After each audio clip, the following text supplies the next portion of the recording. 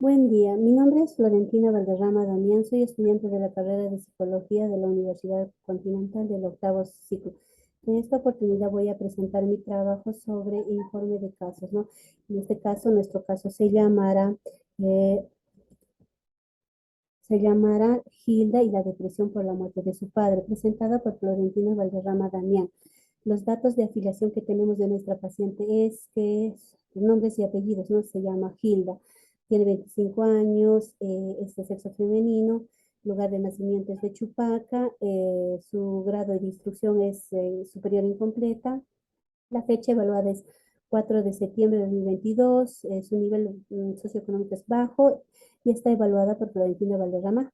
Damián, el motivo de la consulta es que la paciente refiere que hace un par de semanas tiene sentimientos de tristeza, de culpa, se siente inútil, eh, tiene pensamientos de suicida y ha intentado quitarse la vida. Todo esto a raíz de la muerte de su padre, ¿no? También presentamos el problema actual, en este caso el resumen del historial de su problema, ¿no? Ella manifiesta que ha estado presentando sentimientos de tristeza, de culpa, se siente inútil, eh, después de la muerte de su padre, ¿no? Antes, bueno, su padre era una persona muy preocupada por ellas, se preocupaban por ellas, era amoroso, comprensivo, ¿no? Y bondadoso, pues sentía mucho cariño por sus hijas, pero desde el momento que falleció, ella ha cultivado, en este caso, un resentimiento a su madre porque su padre enfermó fuertemente de pulmonía, ¿no? Entonces, todo esto creo que a la madre lo molestaba y como que se llegó a separar de su padre, lo abandonó en lo mejor que lo necesitaba. Entonces, esto hace que la paciente tenga resentimientos de su padre porque ha abandonado al padre, ¿no? Y esto le ha traído muchos problemas como aislamiento de sus compañeros, problemas que no logra conciliar, como por ejemplo con el sueño, pensamientos suicidas, eh, y incluso ha intentado quitarse en 4 oportunidades la vida, ¿no? Esto le está causándole muchos problemas, alejándose incluso de su propia familia. Y ella siente que nadie, no, que están en contra de ella, ¿no? Eso es lo que ella piensa. Eh, Eso es con respecto al problema. Los datos más importantes de la anamnesis, ¿no? La anamnesis en realidad es el historial de la familia. Hemos sacado los datos solamente los más importantes, en este caso el historial familiar, historia personal y los intereses y relaciones interpersonales, ¿no? En el historia familiar ella manifiesta que viene de una familia compuesta, ¿no? Nuclear, ¿no? Una familia nuclear compuesta por los padres y los hijos. Vive en Chupaca, es una familia unida, sin discusiones. Claro, de vez en cuando algunas pequeñas discusiones que se van generando, pero también manifiesta que la madre es de carácter fuerte, quizás por ahí las discusiones, ¿no? Pero muy al contrario es del padre, tiene un carácter muy amable, bondadoso, y hace que las hijas tengan más confianza en el padre, ¿no? Y todo esto quizás tenga la dependencia de su padre que ahora le está afectando. También manifiesta que no hay dependencia de alcohol o sustancias en el hogar. En la historia personal, la paciente manifiesta que su nacimiento fue parto normal, tuvo una alimentación a base de leche materna, eh, su niñez fue todo normal, como cualquier otro niño. Claro, de vez en cuando manifestaba algunas fiebres o cositas que a todo niño en su edad lo da, ¿no? También ella comenta que demoró en hablar y pronunciar palabras, ¿no? Y esto lo ha logrado a los 4 años y medio. Los intereses y relaciones interpersonales. Esto en la pubertad y en la adolescencia, que ella manifiesta todo era normal. Su papá lo dejaba ir a las fiestas en este caso no, a cumpleaños, ¿no? Ella iba a cumpleaños de sus amigas. Su papá le daba esa libertad. ¿Por qué? Porque cuando el padre le decía algo, ella hacía, ¿no? Entonces, como hacía, entonces como una recompensa. Ella manifiesta que en el colegio se enamoró de un docente, ¿no? El cual no fue en este caso no fue, no le dio el docente la importancia, ¿no? Entonces, también dice que le encantaba jugar vóley, ese era su deporte favorito. Eh, Luego manifiesta que era una persona social en el instituto, ¿no? Dice, persona social, amigos, amigas en el instituto, pero todo esto cambia a raíz de la muerte de su padre. Después de haber hecho el historial familiar, el historial de la paciente, pasamos las técnicas que hemos aplicado. para nuestra paciente, ¿no? Está en la anamnesis, la entrevista, la observación, inventario clínico multiaxial de Millon, test proyectivo de figura de Karen, humana de Karen Machover y las escalas de autoevaluación y depresión de Su, ¿no?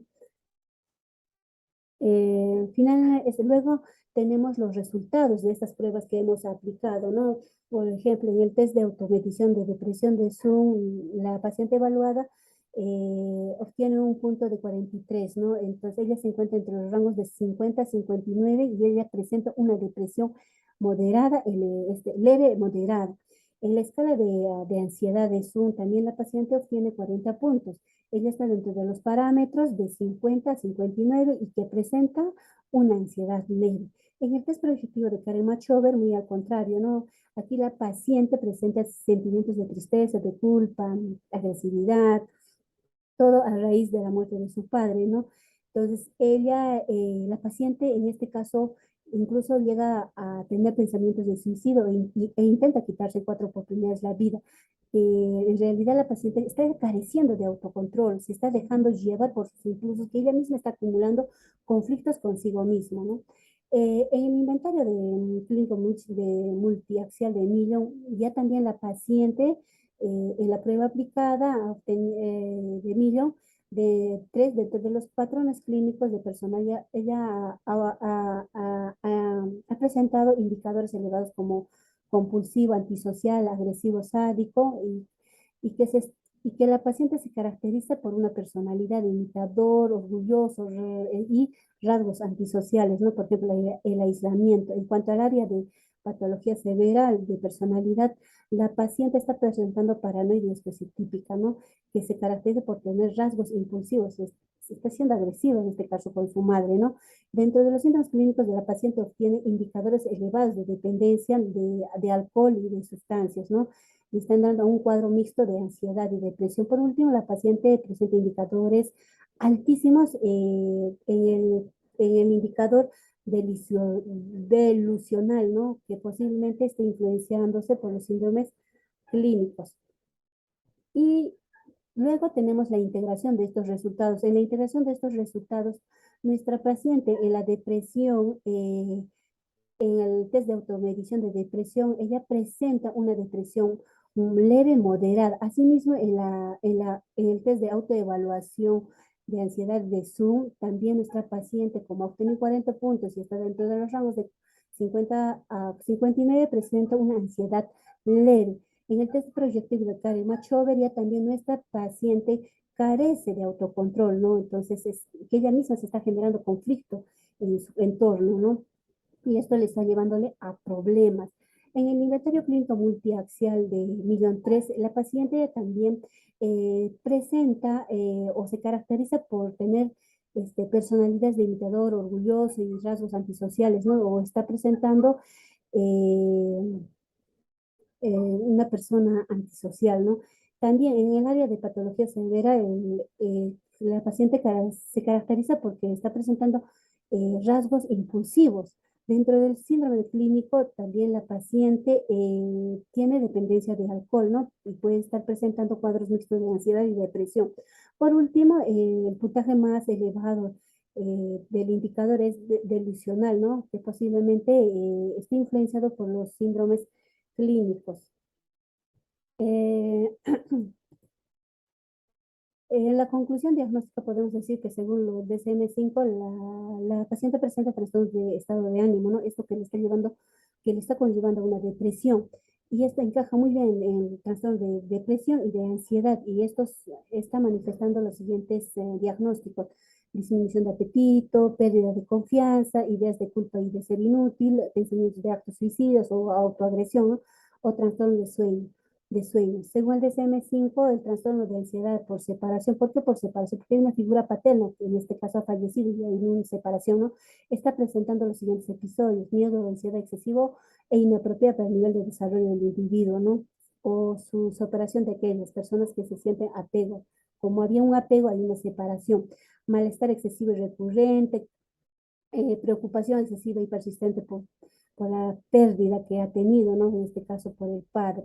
resistencia al rechazo persistente para dormir, ¿no? O sea, no logra dormir porque le da pesadilla, siente que en su sueño su papá le dice, ven conmigo, vámonos, entonces eso le da miedo, ¿no? Y hay repetidas quejas, ¿no? Dolor de cabeza, me duele esto, me duele la cabeza, me duele la espalda, ¿no? Hay todo esto a raíz de la separación, ¿no? De una figura paterna. Y por último, las recomendaciones. Se les recomienda a la paciente, pues, si se le sugiere que debe asistir, visitar a un psicólogo, debe ir a terapias y sesiones programadas por el psicólogo, tomar clases de yoga donde la ayude a relajarse física, mental y espiritualmente, donde ella pueda controlar esas emociones, donde ella pueda eliminar esos pensamientos negativos y tener una actitud positiva de la vida, ¿no? Siempre debe asistir a sesiones y terapias programadas y no faltar. Tratar de controlar las emociones impulsivas que lo conllevan a un problema, ¿no? Gracias.